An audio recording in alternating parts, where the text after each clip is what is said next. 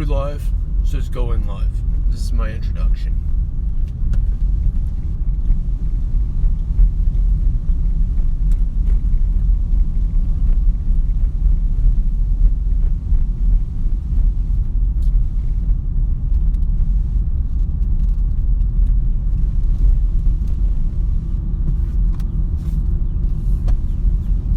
Are we live? It says going live.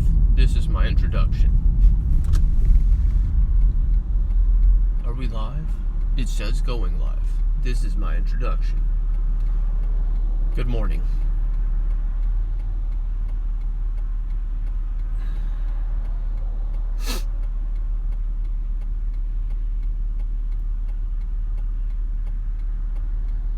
Oh, there's the... Good grief. Now I see it. It's ridiculous. Well, anyway, good morning. Hello to the world and anybody that watches. You got your dude, Devin.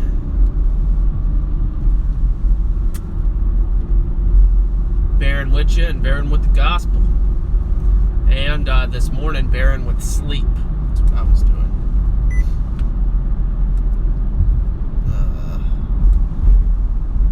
Oh yeah, hours and minutes, I got you. 7:16. We can do that.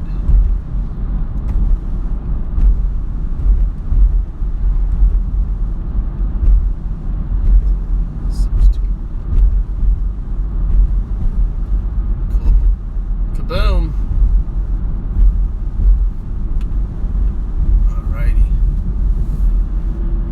Set the time.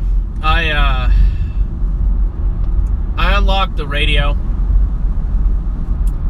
I fixed that, but good old Pep Boys said that they would be looking into how to fix the cruise control and how it might have been affected by the I don't know. They're gonna fix it. Otherwise, God's wrath. Shoot, God's wrath will probably fall on them either way, but I'm just saying. So, sleep one. I went to bed a little after 11 last night. 11, somewhere about there. And it's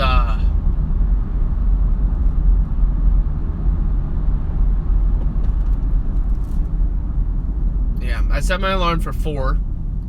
I woke up and I was like, I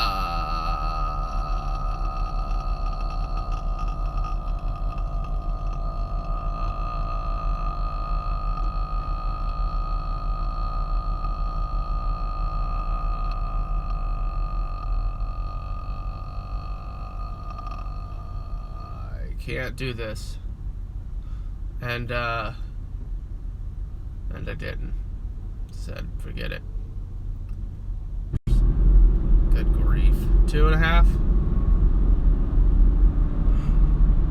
So, 2.5 hours was worth,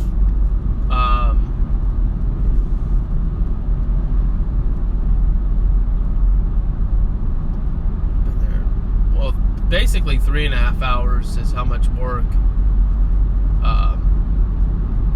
less, because I was gonna get dressed and leave, so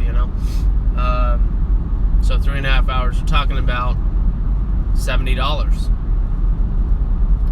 So I chose 2.5 extra hours of sleep in exchange for I spent $70 hypothetically to sleep 2.5 hours. Yeah, I need the money and to survive. Sleep, it just built up. Just built up.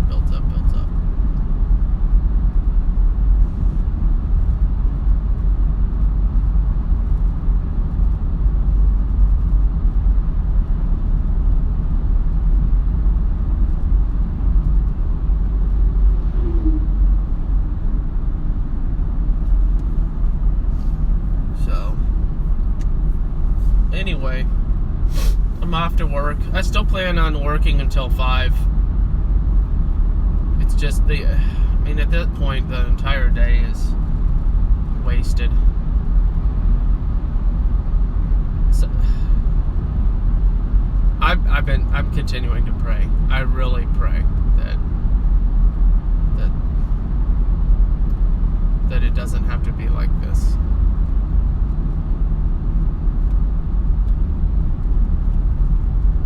Ongoing.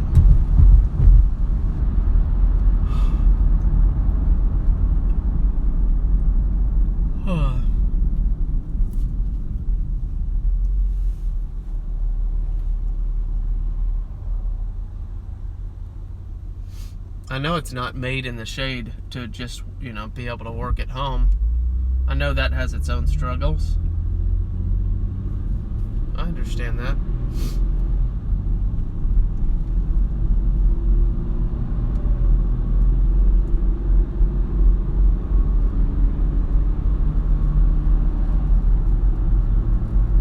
I do.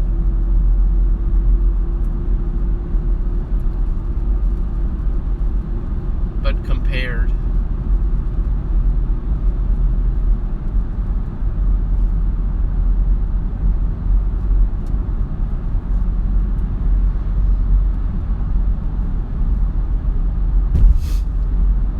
anyway, I think it's just the 60-hour thing. Even though I'll only be at 62 hours this week, it's still about 70, almost 70 hours away from home.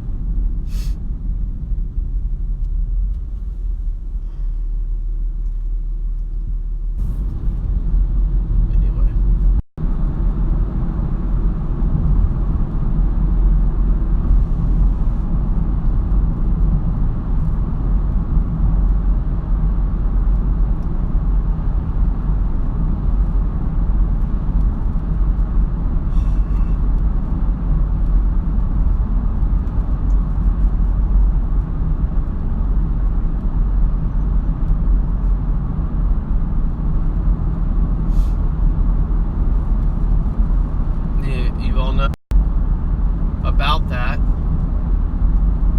on my way home.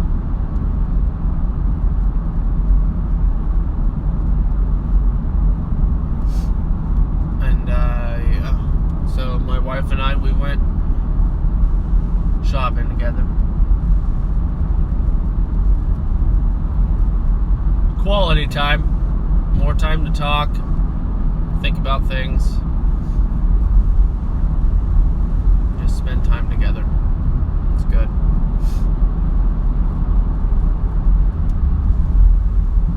Unlike not having cruise control.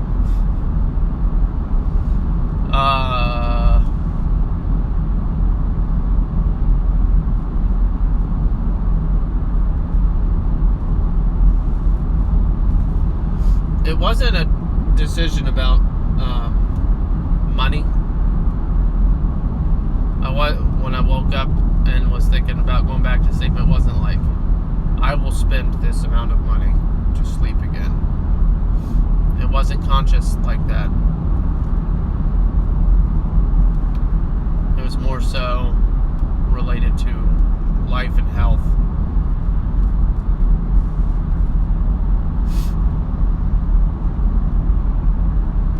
And integrity.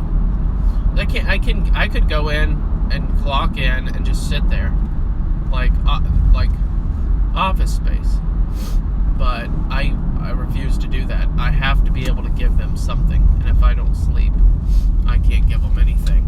Know what I mean? Know what I mean? You know what I mean. You know what I mean? You know what I mean, man.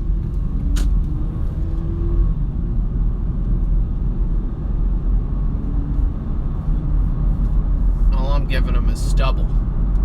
Outrageous stubble. Like the Stubble Space Telescope. No? That's not what it's called? Okay.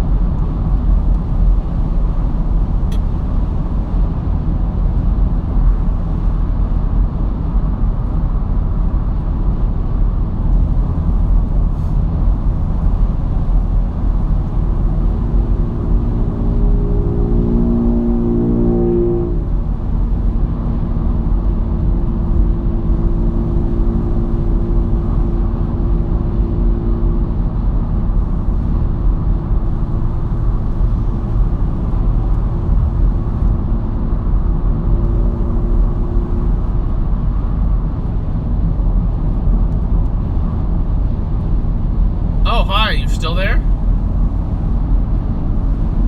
You ever watch those TV shows? You get to the end, you watch through the credits because you're just so bored at life. Just thinking back to being a child or whatever. And you get to the end and they're like, hey, what? Hey, you're still here? Oh, well, you should go do something. Did you think I was going to do something? And then they do some silly dance and you're like, wow, I'm so glad I watched those credits so I could see that. And I'm not even being sarcastic.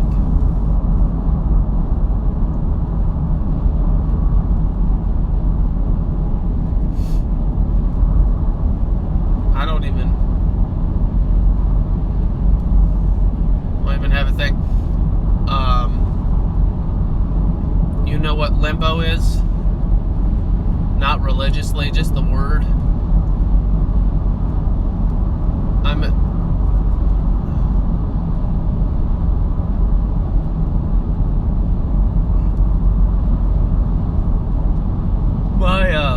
My life has been a series of limbos.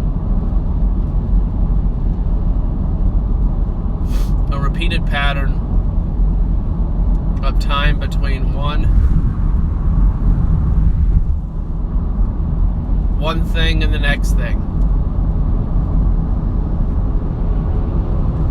I have yet to be in a move forward to the next thing, change from the current situation, childhood to being independent and not having to be subjected to nonsense.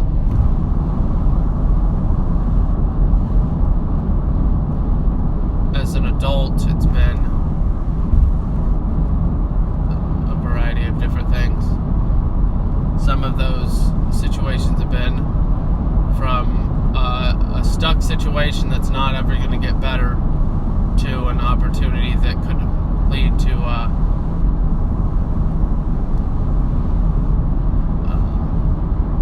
paying off debt and stuff like that. And even when I've been in situations that I thought could provide the opportunity to pay off debt, mathematically at least,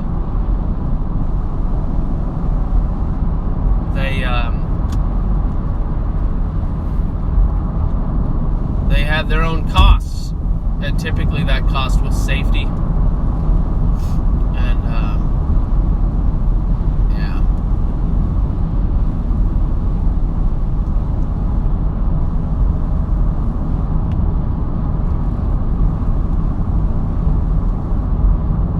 Never was willing to put a price tag on the safety of my family.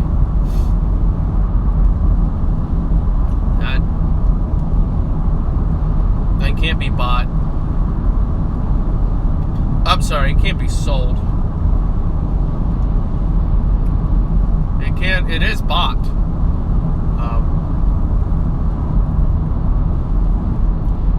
So far in my context, it's been bought with poverty. But I'm unwilling to sell it for all the riches in the world.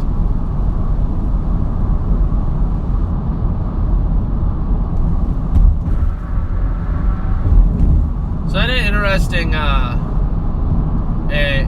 not acknowledgement, but I kind of recognized a pattern in the practices of employment.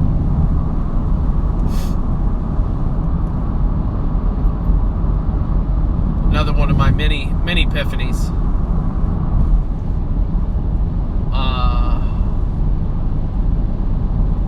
So, made the recognition, nothing profound here that I'm about to say. You're probably well aware of this yourself, but, you know, it's, anyway.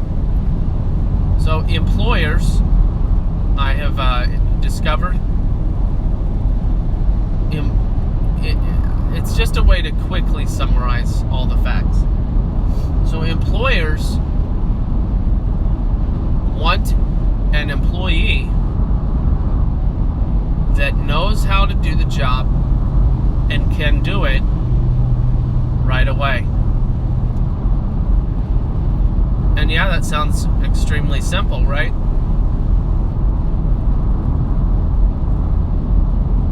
There's layers to that statement, though.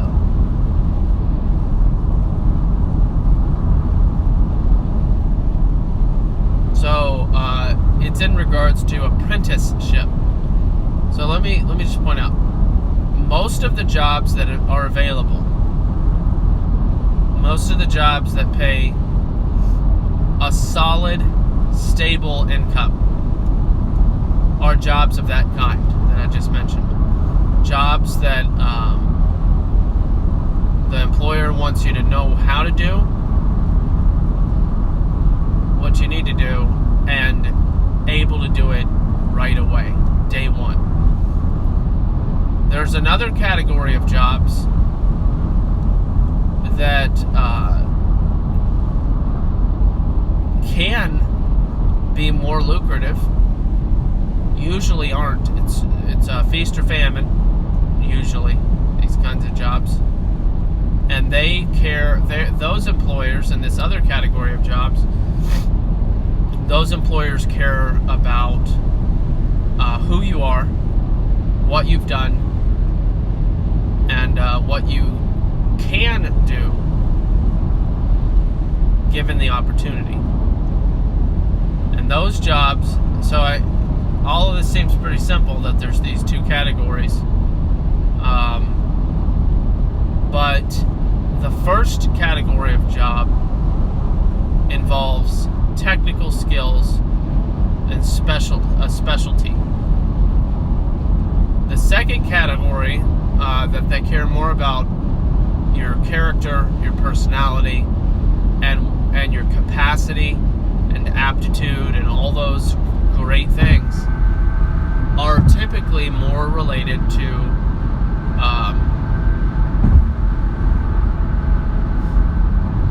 human relations, customer relations, sales, and sales. Possibly some other things like, acting or whatever, but you get the point. One is a robot, the first category, basically. A robot that's built with the, right software built in and all that. So the robot is what they want the first. In the second category, the category that has some of the poorest people and some of the richest people, now that category is not robot friendly, but it's the most stable. Isn't that interesting? So anyway, I was just breaking it down in my mind and out loud. I was talking to my wife about it.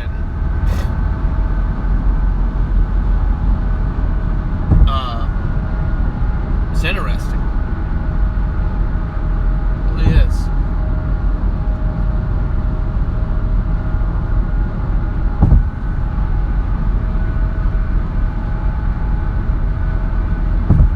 Well, I was just thinking about the robot component of that this morning, though.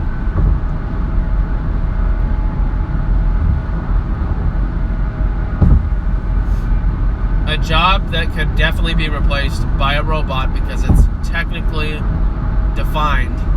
It's a defined specialty. Like, for instance, sushi. Sushi making. Those guys get paid decent or whatever, But imagine how hard it would be. So the answer is not hard at all. But imagine how hard it would be to make a robot that could make sushi rolls. Not very hard. Compared to, imagine how hard it would be to make, I don't know, an in-ground pool salesman robot. Or a life insurance robot. life insurance salesperson robot. It could happen, but it would just really not be nearly as effective. I don't know, maybe things are changing. Some people are just stupid. Some people are buying into the whole give identity to not inanimate objects thing. I think that the animal thing, hey, good morning, what's up? I think the whole animal thing is a possible step towards that direction. When people humanize their animals, it's just one step away from humanizing the robots.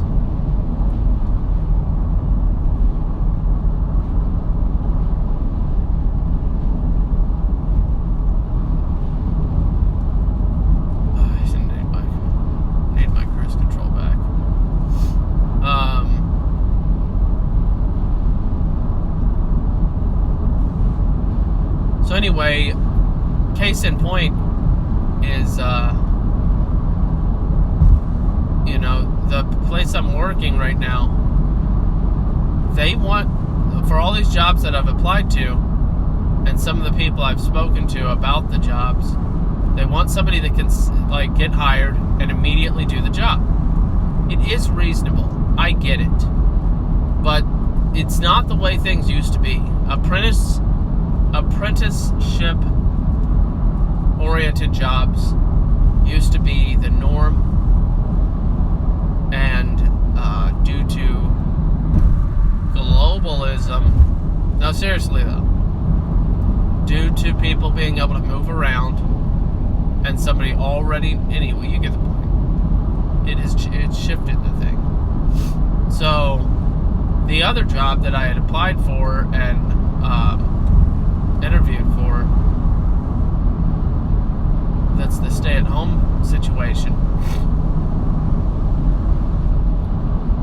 same thing. He wants somebody that knows customer service, knows it well, and can do the job well. And with a couple of good nights sleep, I would just be the best. Last night was not good enough. I slept for 5 hours and then I slept for another 2.5, but it was interrupted several times, and it's just insufficient. Interrupted sleep is no bueno. So I'm at like 60% of myself right now. 60. My head is hurting and foggy. My eyes burn. My stomach hurts, but that's because I haven't eaten since noon yesterday. Because I can't get my schedule normalized.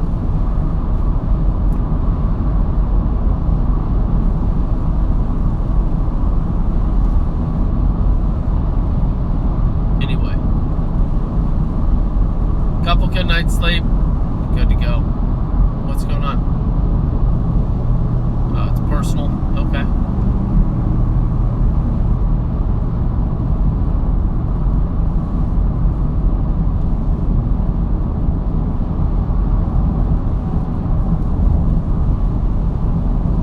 Anyway,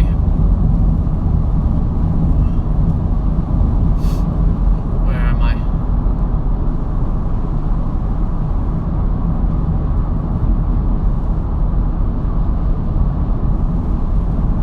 Well, all I was saying is I know I'm being the ideal.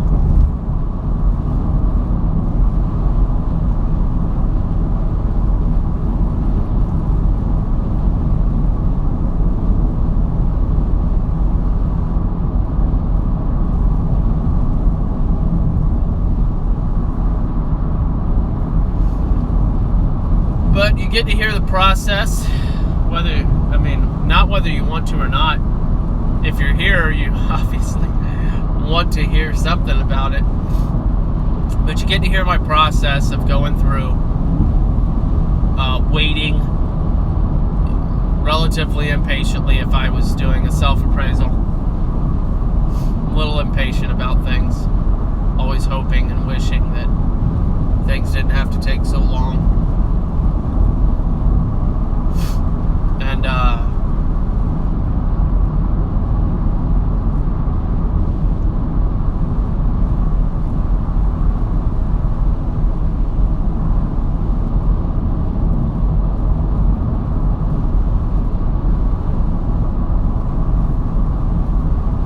you hear about my prayers and the prayers of others, and then the result.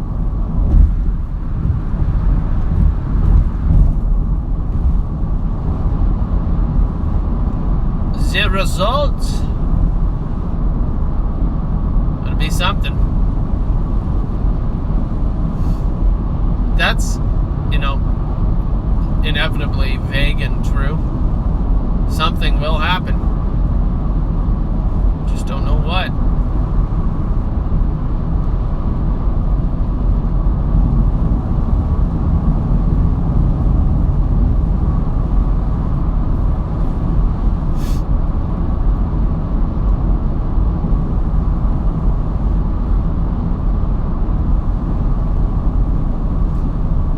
You could always say something.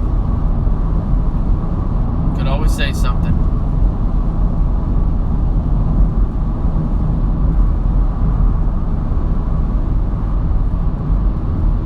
Alright, so I'll share this just in case Josh Todd shows up on this or watches this later. I'll say this. This is very interesting. There are those who are called by God.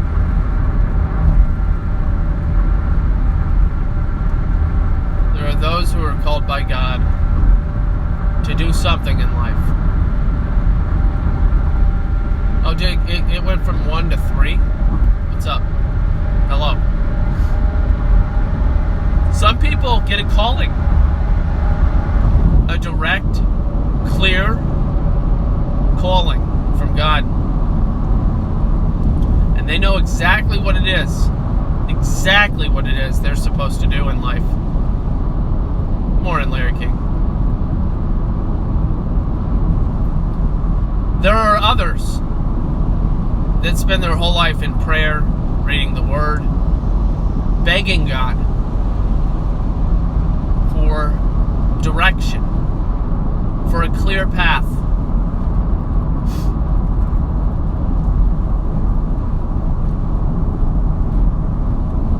And never getting one. Let me explain the hilarious. It is actually funny. And wholesomely funny. It's not even a bad...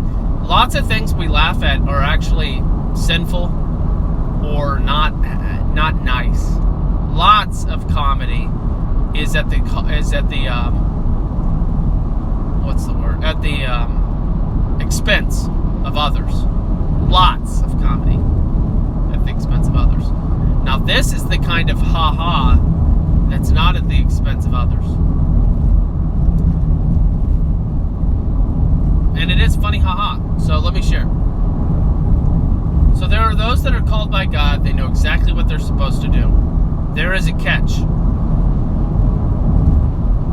There are those that are not directly, explicitly called by God to do a thing. There is a catch.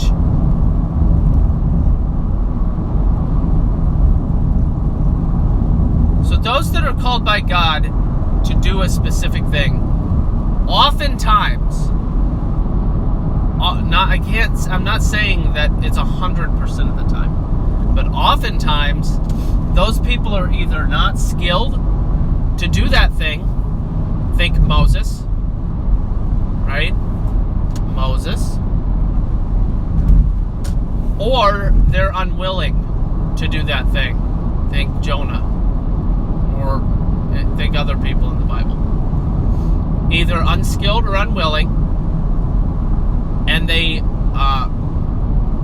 quote unquote wrestle with God in regards to being obedient to Him. They ask Him, maybe there's another way, Jesus, so on and so on.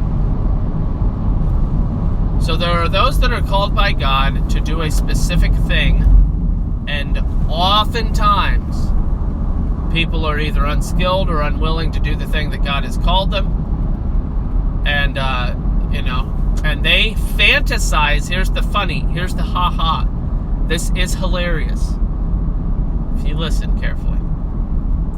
These people that are called by God fantasize, God, why can't I just do whatever I want and do it unto you? Like, just, I have all these different ideas about doing great things for you, God. Why can't I just do what I want? Why do you have to make me do this thing, God? Why did you call me to do this thing? I have so many great ideas, right? So there's those people called by God, wish they were able to do something else, and struggle to be obedient to Him and fulfill His will in there. Anyway, you get the point. So the other good thing here, I'm going to share the whole piece and then I'll move on to the other category. So the other good thing about this, people that are called by God, they wrestle with God, as in they strive with God. They have to be dependent on God. They have to rely on Him to be their strength to do the thing that He has called them to do.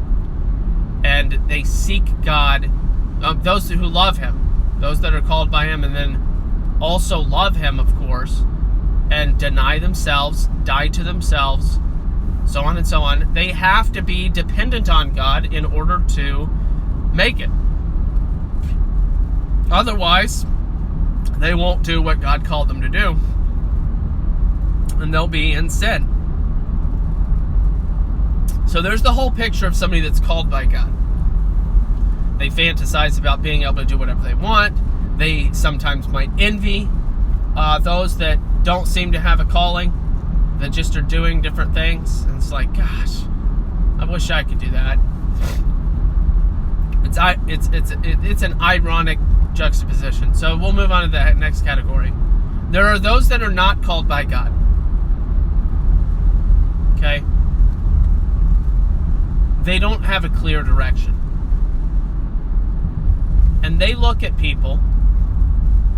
I strongly believe that I'm in this category, by the way. They look at others that are called by God with a clear direction, a clear path, a clear career, and all that stuff. They look at those people like, man, God, I wish you could just make things simple for me. I wish you could just spell it out. I wish you could just write a message on a wall or something and tell me exactly what it is that I need to do so that I can do that and do what you said I needed to do. Like, why can't you just make this simple for me, God? I feel like a wanderer. I feel like I have no clear direction in life. I feel like I don't know what the world's going on, God.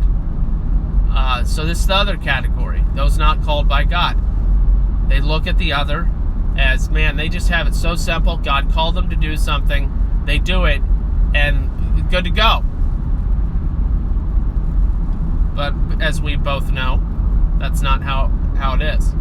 So then, on the other flip side, those that are not called by God to do a explicit, direct, exacting profession or whatever, fulfill a calling, guess what they have to do? They have to wrestle with God, strive with God. They have to depend on God. They have to seek Him out. They have to rely on Him to fulfill their needs. And they cannot. There are so many cars on a Saturday. I tell you what. They have to depend on God to fulfill their needs and make them able to do whatever they do. I think it's a hilarious and ironic juxtaposition that one is looking to the other in both of those situations as, man, they have it so easy. One saying they could do whatever they want. The other saying, man, God told them what they should do and they're doing it. That's the life. The ironic thing about it is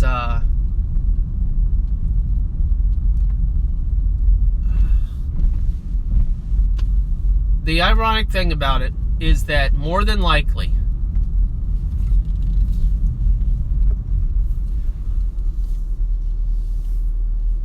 the person that didn't have a direction, that the person that doesn't the person that doesn't have a calling from God would probably do the thing that God called them to do, hypothetically, if that happened, and they would more than likely check off the box and say, oh, I did what you said, God, and their heart would grow cold, and they would probably just think that they, checked off the box to fulfill God's will, and they were good to go, which is definitely not a good scenario. The good scenario is striving with God, seeking Him out and being dependent on Him, and not dependent on yourself, your own abilities and all that stuff. So in both of those cases, the fact is there's the common denominator of striving with God, depending on Him, and so on and so on. And then on the other hand, the person that's called by God, if they were left to their own devices, they would probably wander so far away they would never depend on God either.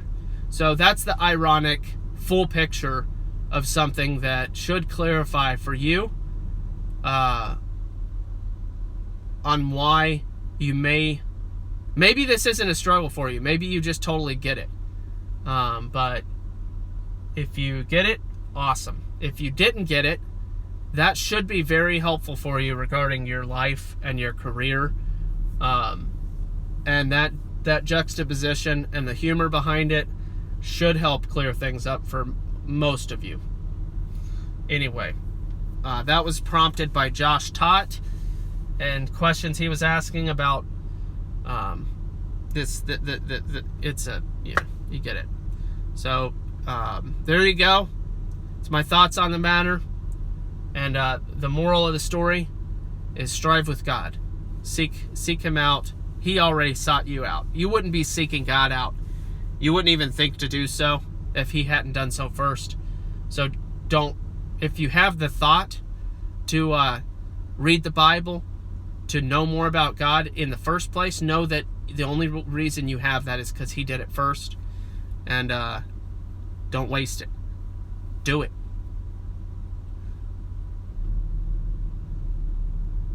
Y'all have a good one. I'll see you all later.